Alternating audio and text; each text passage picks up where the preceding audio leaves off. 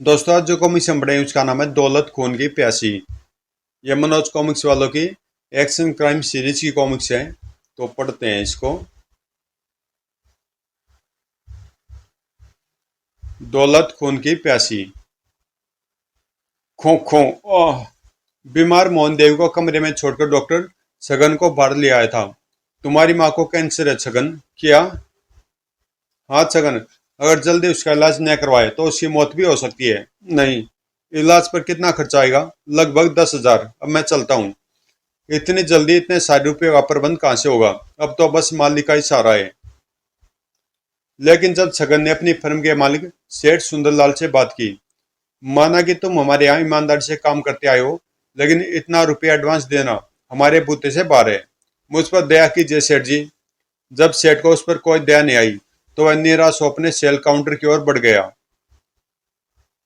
क्या मेरी माँ बिना इलाज के मर जाएगी? उसका मन काम में नहीं लग रहा था। नहीं, मैं अपनी माँ को ऐसे नहीं मरने दूंगा। उसी शाम शहर के एक सेठ मोरारजी भाई की पत्नी उर्मिला ने कुछ साड़ियाँ पसंद की। इन्हें अभी यहीं रखो, मैं तुम्हारे सेठ से बात करती हूँ। जी। और मुझे 10 साड़ियाँ पसंद आई है, मगर आखिरी पसंद मेरे पति की होगी।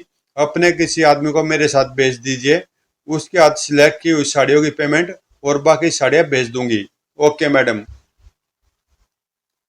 छगन, तुम साड़ियाँ लेकर मैडम के साथ चले जाओ। जी सेठ जी। थोड़ी देर बाद उर्मिला सेठ मोरारजी भाई को अपनी पसंद की हुई साड़ियाँ दिखा रही थी।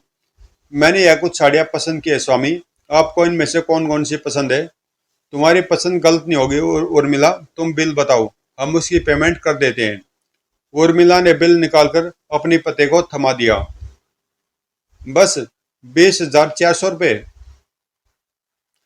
तभी दूसरे कमरे में रखे फोन की घंटी बजने लगी। ओह, तुम फोन अटेंड करो उर्मिला, मैं पेमेंट करता हूँ। अच्छा स्वामी। Train train. उर्मिला फोन वाले कमरे में चली गई और सेठ मोरारजी भाई अपने बेडरूम की ओर बढ़ गया। तभी छगन के मस्तिष्क में अचानक एक विचार पैदा हुआ। क्या सेठ मोरारजी भाई के पास भी मेरे मालिक की तरह ये पार दौलत है? फिर वह स्वयं पर काबू न रख सका और बिना अटके सेठ मोरारजी भाई के बेडरूम के द्वार की ओर बढ़ गया। मुझे देखना चाहिए। ओह, इतनी सारी दौलत! क्या मुझे इनमें से 10,000 रुपया नहीं मिल सकता? जरूर मिल सकता है। यह नेक सेठ मुझे मना नहीं करेगा। तभी उसके मन के दूसरे कोने से आवाज आई। नहीं छगन नहीं, भला सेठ मोरारजी भाई से तुम्हें इतनी बड़ी रकम कैसे मिल सकती है? फिर सेठ मोरारजी भाई को सेफ बंद करते देख छगन जल्दी से वहां से हटा और वापस लौट पड़ा। सेठ ने देख लिया तो लेने के देने पड़ जाएंगे। अगले पल, लो, 20,400 रुपये, पूरी साड़ियों की पेमेंट। ठीक है सर। अगले दिन रविवार की छुट्टी थी। छगन परेशान मन से यूं ही सड़कों पर घूम रहा था। तभी तुझे उसे अचानक उसका दोस्त पोस्ती मिल गया। पोस्ती, बड़े परेशान नजर आ रहे हो, क्या तुम किसी समस्या में उलझे हुए हो? हाँ, सारा दिन गलियों बाजार में घूमने पर मुश्किल से एक दो लोगों के ताले ठीक करने का काम मिल पाता है। आखिर ऐसे कब तक चलेगा? लगता है अब ठीक करने की जगह ताले तोड़ने का काम शुरू करना पड़ेगा। यह सुनकर छगन की आंखों में एक आग विचित्र सी चमक उभर आई। अगर तुम सचमुच ताला तोड़ना चाहते हो तो मैं तुम्हें नोटों से भरी एक सेफ का पता बता सकता हूँ। क्या सच? कहाँ है वह सेफ? बताता हूँ, लेकिन आधा माल मेरा होगा। मंजूर है। तब छगन ने पोस्ती को सेठ मोरारजी भाई की सेफ के बारे में बताया। वाह, लेकिन यह काम उसी रात हो सकता है जब कोठी में कोई न हो। खैर, मैं पता लगा लूंगा। और उसी दिन से पोस्ती मोरारजी भाई की कोठी की निगरानी में लग गया। थोड़े दिन बाद एक रात लगभग 9 बजे के करीब दोनों पति पत्नी एक शादी के रिसेप्शन में जा रहे हैं। वापस आने में उन्हें कम से कम 2 घंटे लग जाएंगे। हमारे लिए इतना समय काफी है। लेकिन चौकीदार, आज शनिवार है और चौकीदार हर शनिवार छुट्टी पर चला जाता है। आओ, जल्दी से अपना काम निपटा डालें। कुछ ही देर बाद बस एक बार ताले के लीवर में तार फंसने की देर है। फिर सेफ खुलने में देर नहीं लगेगी। Cut cut cut. और फिर अंततः पोस्ती ने उस मजबूत सेफ को खोल डाला। वाह, इतनी दौलत! जल्दी से नोट थैले में डालो। तभी बाहर से किसी के आते आते कदमों की आहट गूंजी। कोई इधर ही आ रहा है, टॉर्च बुझा दो और भागकर द्वार के पास आड़ ले लो। छगन ने फौरन टॉर्च ऑफ कर दी और दोनों द्वार के पास जा छुपे। तभी द्वार खुला और उसी क्षण अचानक छगन का टॉर्च वाला हाथ ऊपर उठा और तड़ाक। आह! उर्मिला की चीख सुनकर मोरारजी भाई भीतर की ओर लपका। क्या बात है उर्मिला? मगर तभी पोस्ती ने उर्मिला को जोर से धक्का दिया और बाहर की ओर लपक लिया। अरे क्या हुआ तुम्हें? आह! मोरारजी भाई ने उर्मिला को संभाल कर उठाया और दोनों बाहर की ओर लपके। उधर पोस्ती और छगन बाहर की ओर भागे जा रहे थे। थप थप। लेकिन वे दोनों भी कोठी एलोन में पहुंचे थे कि चोर चोर पकड़ो पकड़ो, रुक जाओ वरना गोली मार दूंगा। मूर्ख भागो वरना जेल में सड़ोगे। धप। मगर पोस्ती जैसे भागकर दीवार पर चढ़ा, धोए। ओह! लेकिन पोस्ती गोली के घाव की परवाह न करके बाहर की ओर कूद गया। हाय! धप। ओह! तुम्हारी तो पीठ में गोली लगी है। मेरी चिंता मत करो, तुम भागो छगन। तुम बुरी तरह घायल हो, किसी सुरक्षित स्थान पर पहुंचना जरूरी है। तुम भी मेरे साथ साथ भागो। फिर पीठ में गोली लगी होने के बावजूद पोस्ती भी छगन के साथ साथ भागने लगा। भागते हुए दोनों जब काफी दूर निकल आए, हफ हफ आह, अब मुझसे और नहीं भागा जाएगा। हिम्मत करो पोस्ती, हम उस पुराने मंदिर में शरण लेंगे। फिर छगन किसी तरह से पोस्ती को उस पुराने मंदिर की टूटकर खंडर हुई एक कोठरी के भीतर ले आया। आह! ओह! तुम्हारी हालत तो बहुत नाजुक है दोस्त। तभी अचानक पोस्ती भूसे के ढेर की तरह भर कर नीचे जा गिरा। पोस्ती! धड़ाम! छगन ने उसकी नब्ज टटोली, मगर पोस्ती दुनिया के हर दुख से निजात पा चुका था। हे भगवान, यह तो मर चुका है। छगन ने थैले में से 100 के नोटों वाली 2 गड्डियां निकालकर अपनी जेब में डाल ली और थैला वहीं छोड़ दिया। और मेरे पास इस समय 20,000 रुपये आए, मगर मेरे लिए घर जाने के रास्ते बंद हो चुके हैं। क्या रकम होते हुए भी मेरी माँ बिना इलाज के मर जाएगी। खैर मुझे क्षमा करना दोस्त, मैं तुम्हारा अंतिम संस्कार नहीं कर सकता। फिर वह मंदिर के द्वार की ओर बढ़ गया। पुलिस की पहुंच से दूर निकलने के लिए रातों रात यह शहर छोड़ना जरूरी है। रेलवे स्टेशन पहुंचकर वह चलने और तैयार खड़ी ट्रेन पर सवार हो गया। P P. मालूम नहीं यह ट्रेन कहाँ जाएगी, पर कहीं भी जाए मुझे तो इस शहर से दूर जाना है। कुछ देर बाद ही ट्रेन ने रेंगने के पश्चात गति पकड़ ली।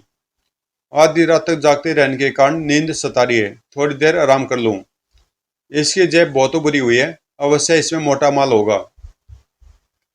थोड़ी देर बाद ही छगन की आंख लग गई। खर्र खर्र, यह मेरे लिए बढ़िया मौका है। फिर छगन के पास पहुंचकर उसने छगन की पतलून की एक जेब में अपना हाथ डाल दिया। मगर तभी किसी स्टेशन के आ जाने के कारण ट्रेन एक झटके के साथ रुकी और छगन की आंख खुल गई। दप। ओह! और उसकी निगाह सीधे उस बदमाश पर गई। ओह! अवश्य इस आदमी ने मेरी जेब में हाथ डाला होगा, जिसे मैं नींद के कारण कोई सपन समझ रहा था। वह व्यक्ति तुरंत छगन की निगाहों के भाव ताड़ गया। ओह! यह आदमी सावधान हो गया। इससे पहले कि और सावधान हो जाए, मुझे मौके का लाभ उठा लेना चाहिए। अगले पल शोर मचाया तो आते बाहर निकाल कर रख दूंगा। मारे बहके छगन का गला सूख गया था। अपनी खैर चाहते हो तो जेब से माल निकाल कर मुझे दे दो। ओह! यदि यह बदमाश रुपये ले गया तो मेरा क्या होगा। तभी ट्रेन चल पड़ी और उसके चलने से एक झटका लगा, जिससे उस बदमाश व्यक्ति का संतुलन बिगड़ गया और वह अपनी झोंक में आगे को गिरा। और गड़ गड़ गड़। उसी क्षण छगन ने मौके का पूरा लाभ उठाया। टन धौड़। हाय! फिर छगन फुर्ती से उस व्यक्ति का गिरा हुआ चाकू उठाने को लपका, मगर तभी धौड़। हाय! उफ! चोट खाकर भी छगन फुर्ती से उठा और पुनः प्रहार करने जा रहे बदमाश को नीचे गिराकर उसकी छाती पर चढ़ बैठा। या! आह! अगले पल बोल, अब तेरा क्या हाल करूं? मगर जवाब में उस बदमाश की टांगे चली, धड़ाक। ओह! और वह बदमाश पलटकर तेजी से उसके ऊपर आ पड़ा। तभी छगन ने जोर से उछलकर उस बदमाश को नीचे गिरा दिया और जल्दी से उसकी गर्दन को अपनी बाह के शिकंजे में जकड़कर उसकी कमर पर घुटने का वार किया, धड़ाक। ओह! इस प्रहार से तड़पकर वह बदमाश उसकी पकड़ से छूट गया और उसने चाकू उठा लिया। उफ! अब इस आदमी से कैसे छुटकारा पाऊं? तभी छगन उस बदमाश द्वारा अचानक किए प्रहार से बड़ी मुश्किल से शव को बचा पाया। सोए! बदमाश ने बौखलाकर एक बार फिर प्रहार किया, मगर छगन इस बार से भी शव को बचा गया। और फिर उसने अपने ऊपर तीसरा प्रहार करते उस बदमाश के चाकू वाले हाथ को न पकड़ लिया होता तो चाकू उसकी छाती में समा गया होता। ऊह!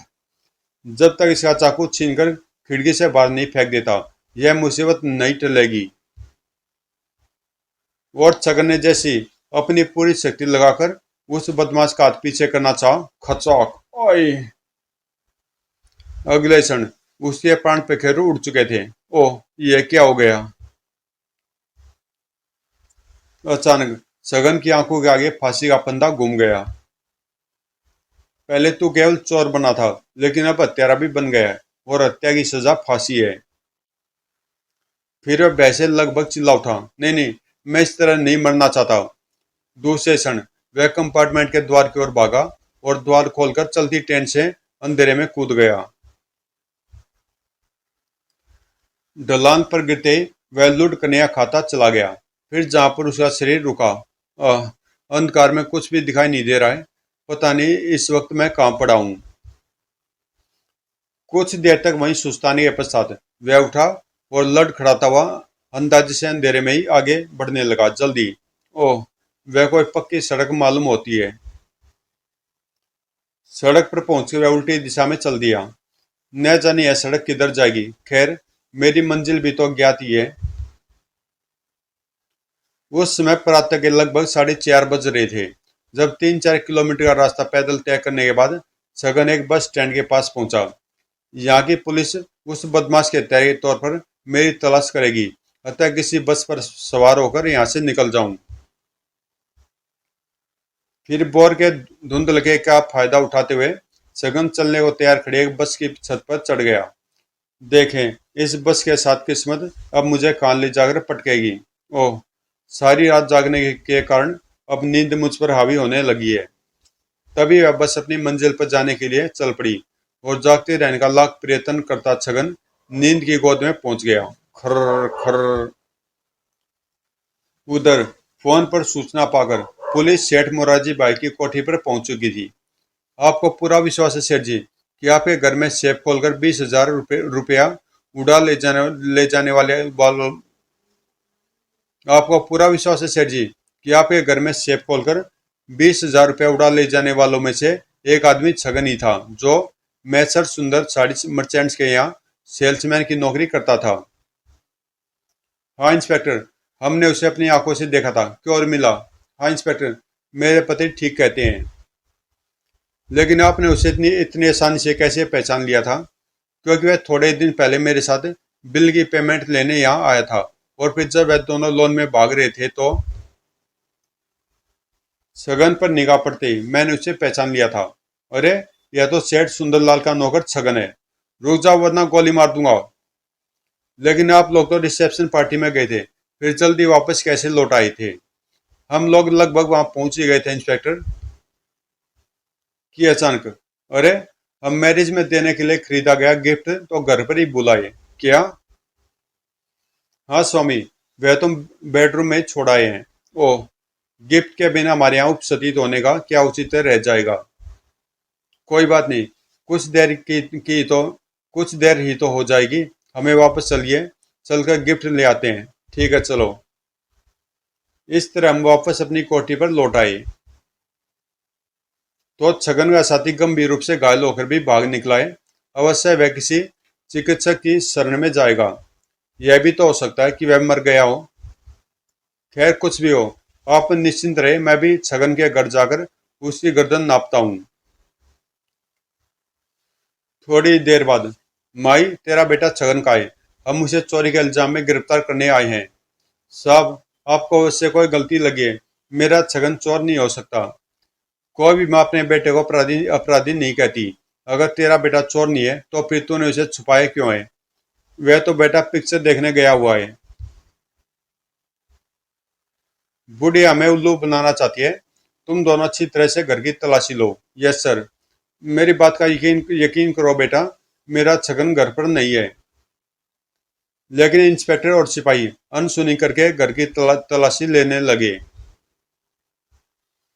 मगर जब सारा घर छान छान मारने के बावजूद भी छगन नहीं मिला तो तुम लोग यहाँ रहकर उसकी प्रतीक्षा करो। जैसे वह यहाँ आए उसे पकड़कर पुलिस स्टेशन ले आना। और अपनी बीमार माँ को देखने वह एक बार जरूर घर आएगा। Yes sir. उधर उस समय दोपहर हो गया आई थी, जब उबड़ खाबड़ रास्ते पर झटके खाती बस के उछलने से अचानक सोते हुए छगन की आंख खुल गई। ओह, लगता बहुत देर तक सोता रहा हूं। थोड़ी देर बाद बस जहां जाकर रुकी वह रामनगर के हिल स्टेशन का एक छोटा सा पहाड़ी बस स्टैंड था। अब समझ में आया कि धूप निकलने के बावजूद भी मुझे गर्मी क्यों नहीं महसूस हुई थी।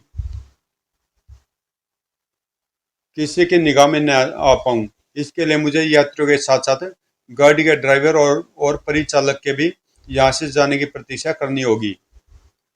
फिर मौका देकर वह रेंगता हुआ बस के पिछली सीढ़ी के पास पहुंचा। कोई नहीं है, अब निकल चलूं। बस से उतरकर वह जल्दी एक पहाड़ी रास्ते पर पहुंच गया।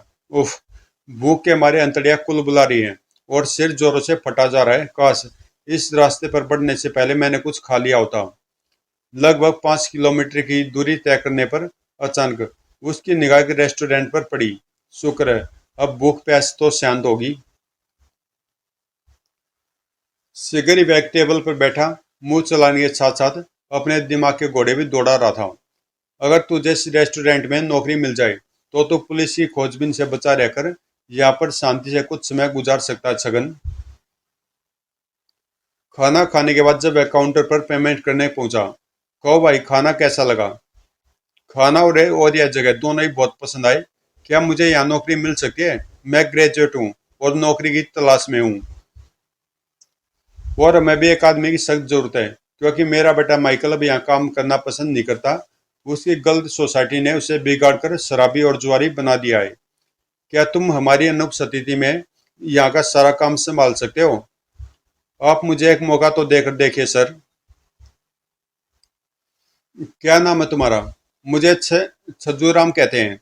ओके, फिलहाल तुम्हें 500 रुपये मासिक मिलेंगे। बोलो मंजूर है? मंजूर है सर।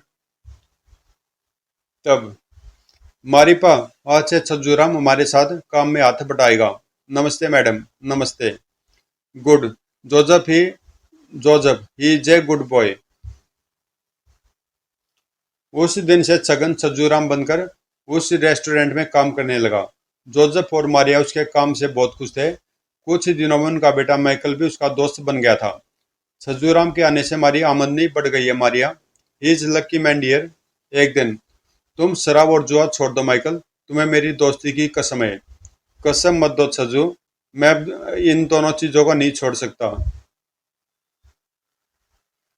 एक दिन जोसेफ छगन और माइकल को रेस्टोरेंट में छोड़कर मारिया के साथ रामनगर में उसकी बीमार माँ को अस्पताल में देखने के लिए गया तो अचानक छगन को अपनी माँ की याद आ गई। ओह माइकल, मेरी माँ न जाने किस हाल में होगी। मेरे पास उसका इलाज करवाने के लिए 20,000 रुपये तक हैं, मगर अफसोस कि मैं वापस नहीं जा सकता। क्यों नहीं जा सकते? तुम यहाँ से जाना चाहते हो, मेरे मम्मी डैडी तुम्हें जबरदस्ती थोड़ी रोक सकते हैं। यह बात नहीं है दोस्त, वहाँ की पुलिस को मेरी तलाश है। क्या मतलब? पुलिस को तुम्हारी तलाश क्यों है? क्योंकि वह 20,000 रुपया मैंने एक सेठ की सेब से चुराया है। और माइकल को सच्चा दोस्त जानकर छगन ने उसे अपने अतीत की सारी घटनाएं सुना दी, जिन्हें सुनते ही माइकल तुरंगा से लिया 20,000 रुपया कर्ज छगन के पैसों से चुका सकता है। आज ही रात तुझे इसका माल साफ करना होगा। लेकिन अपने दिल के भाव छुपाते हुए वह बोला, माइकल को तूने असलियत बताकर बहुत बहुत अच्छा किया छगन। मम्मी डैडी को आ जाने दो, फिर मैं तुम्हारे वहां पहुंचने का कोई न कोई रास्ता अवश्य खोज निकालूंगा। ऐसा कर सकोगे ऐसा कर सकोगे तो मैं तुम्हारे एहसान जिंदगी भर नहीं भूल सकूंगा दोस्त। फिर छगन रेस्टोरेंट के काम में जुट गया। उसी रात जब छगन रेस्टोरेंट की पिछली ओर बनी अपनी कोठरी में सो रहा था, खर्र खर्र, इसका माल साफ करने से पहले इसे बेहोश करना होगा। फिर वह धीरे से बिना कोई आर्ट किए खिड़की से भीतर कूद गया, धप। लेकिन फिर भी उसके कूदने से एक धीमी आवाज कमरे में गूंजी गई थी। उस हल्की सी आवाज ने छगन को जगा दिया और अंधेरे में अपनी ओर बढ़ते किसी साय को देखकर मारे आतंक के उसकी चीख निकल गई। कौन? नहीं, बचाओ!" छगन को चीखते देख, इससे पहले कि यह मुझे पहचान ले और कोई यहाँ आ जाए, इसका काम तमाम कर दे माइकल। अगले पल माइकल एक ही छलांग में छगन के सिर पर जा पहुंचा और खचौक खचौक, ओए! कुछ क्षण तड़पने के बाद जब छगन का जिस्म ठंडा पड़ गया तो, मेरे पास इसके सिवा कोई चारा नहीं था छगन। उस चाकू को छगन की कमीज से पोंछकर उसे अपनी जेब के हवाले करने के बाद माइकल कमरे की तलाशी लेने लगा। पर मालूम नहीं इसने माल कहाँ छुपाया होगा। सिगरी, वाह! मिल गए 100 के नोटों की 2 गड़िया, यानी पूरे 20,000। फिर गड़िया जेब के हवाले करने के बाद मम्मी डैडी के यहाँ पहुंचने से पहले ही इसका प्रबंध करना बहुत जरूरी है, लेकिन कैसे? सोचते सोचते अचानक ही उसकी आंखों में चमक आ गई। इसकी लाश को कबाड़ घर में ले जाकर दफना देता हूँ, वहां कोई आता जाता नहीं है, इसलिए इस मर्डर का भेद कभी नहीं खुल पाएगा। फिर माइकल लाश को घसीटते हुए कबाड़ घर में ले जाने लगा। फिर उसने कबाड़ घर की बत्ती जलाई और कुदाल ढूंढकर उसे वहां के कच्चे फर्श को खोदने लगा। कुछ ही देर में 4 फुट 5 फुट गहरा गड्ढा खोदने के पश्चात माइकल ने छगन की लाश को उस गड्ढे में डाल दिया और अब इस गड्ढे को जल्दी से मिट्टी से पाट दूं। गड्ढे को मिट्टी से अच्छी प्रकार से भरने के बाद अब किसी को पता नहीं चल सकेगा कि इस कबाड़ के नीचे कोई गड्ढा भी हो सकता है। जिस समय माइकल यह सब कर रहा था, ठीक उसी समय वहां से मीलों दूर अस्पताल के एक आपातकालीन कक्ष में छगन की मां मोहन देवी जिंदगी और मौत के बीच लटक रही थी। इसका बचना जरूरी है डॉक्टर, ताकि इसके द्वारा हम इसके फरार अपराधी बेटे तक पहुंच सके। हम अपनी तरफ से हर तरह का प्रयत्न कर रहे हैं इंस्पेक्टर, लेकिन मुझे इसका बचना मुश्किल लग रहा है। और इधर कबाड़ घर से निकलकर माइकल प्रसन्नता से नोटों की गड्डियां उछालते हुए जैसे ही रेस्टोरेंट की ओर बढ़ा। ओह मम्मी डैडी, इतनी जल्दी लौट आए। फिर इससे पहले कि मैं उन गड्डियों को छुपा पाता हूँ, तुम्हारे पास नोटों की यह गड्डियां कहाँ से आई माइकल? यह रुपये मुझे मेरे दोस्त ने दिए हैं। तुम्हारे चेहरे का उड़ा हुआ रंग बता रहा है कि तुम झूठ बोल रहे हो। सच सच बता माइकल, यह रुपया तुम्हें कहाँ से मिला है? नहीं नहीं नहीं, मैं भला झूठ क्यों बोलूंगा मम्मी? छज्जूराम कहाँ है? मुझे क्या मालूम, हो सकता है वह अपने कमरे में सो रहा हो। लेकिन तुम इतने घबराए हुए क्यों? जरूर तुमने कोई गड़बड़ की है माइकल। अचानक जोजब के मन में एक ख्याल आया, कहीं इसने मेरी गुप्त तिजोरी में पड़ी गड्डियां तो नहीं उड़ा डाली, वरना वरना इस जुआरी पर यकीन करके भला कौन इसे इतनी रकम देगा। तभी माइकल वहां से जाने लगा। रुक जा माइकल, कहाँ जा रहे हो? मैं यह रकम अपने दोस्त को लौटाने जा रहा हूँ मम्मी। नहीं माइकल, मैं जानता हूँ कि तुमने यह रुपये कहाँ से लिए होंगे। ओह, क्या डैडी को मेरे द्वारा छगन के खून किए जाने का शक हो गया है? मन में यह विचार आते माइकल ने वहां से भागना चाहा, मगर जोजफ पहले से ही सावधान था। भागो मत माइकल, वरना मैं गोली मार दूंगा। यह क्या कर रहे हो जोजफ? ओ नो डैडी, मैं जानता हूँ आप मुझ पर गोली नहीं चला सकते। रिवॉल्वर जेब में डालो जोजफ। क्या अपने इकलौते बेटे की जान लेने का इरादा है? डैडी मुझे जाने दो। अवश्य जा सकते हो माइकल, लेकिन उससे पहले यह रुपये मेरे वाले कर दो, वरना मैं तुम्हारे जैसे हमारा बेटे को गोली मारने में कतई परहेज नहीं करूंगा। तो यह बात है, इन रुपयों पर डैडी की नीयत बिगड़ गई है। और अचानक ही माइकल की एक टांग चल गई, धड़ाक। ओह! इसके साथ ही माइकल ने जेब से चाकू निकाल लिया। अब मुझे रोकने की कोशिश मत करना डैडी, वरना। लेकिन जोसेफ अपनी उसकी चेतावनी की परवाह किए बिना नीचे गिरे अपने रिवॉल्वर को उठाने के लिए लपका। नहीं, यह क्या कर रहे हो माइकल? मैं कहता हूं रुक जाओ डैडी। जोसेफ के पीछे पहुंचे माइकल ने उस पर चाकू से वार करने के लिए जैसी हाथ हवा में उठाया। अचानक ही जोसेफ का बचाव करने के लिए बीच में आ गई मारिया, उसका शिकार हो गई। खचाक! ओए मारिया! ओह मम्मी! और अगले ही क्षण धोई धोई धोई, तुमने मारिया की जान ले ली शैतान, अब मैं तुझे जिंदा नहीं छोड़ूंगा। गोलियां खाकर माइकल मारिया की लाश के पास जा गिरा, मगर प्राण त्यागने से पहले उसने मारिया की छाती से अचानक ही चाकू निकाला और अपनी ओर बढ़ते जोसेफ पर खींच मारा। खचौक! चाकू सीने में अंदर तक घुस गया था। ओए! और वह भी लाश बनकर माइकल और मारिया के पास जा गिरा। और उधर ठीक उसी क्षण अचानक अस्पताल में पड़ी मोहन देवी के मुंह से खून की उल्टी की धारा फूट पड़ी। Oh my God! ओ नहीं! इसके साथ ही मोहन देवी ने अपनी कष्टमय जिंदगी से सदा के लिए छुटकारा पा लिया। ओह! सगन के गिरफ्तार होने की आखिरी उम्मीद भी खत्म हो गई।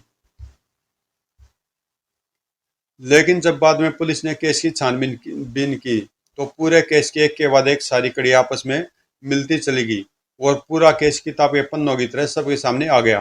और तब सबके दिमाग में एक ही बात उभरी, क्या दौलत वास्तव में खून की प्यासी होती है? समाप्त। तो दोस्तों कॉमिक यहीं पे समाप्त होती है। बीच में इसकी स्टोरी काफ़ी अच्छी चल रही थी, जहाँ छगन अपने दोस्त को बताता है पैसों के बारे में, लेकिन छगन की मौत के साथ ही कहानी वहाँ से लगभग मतलब ख़त्म ही हो गई थी, क्योंकि मेन शुरू से वो एक करेक्टर चल रहा था। खैर कोई नहीं, मिलते हैं किसी अगली कॉमिक्स में।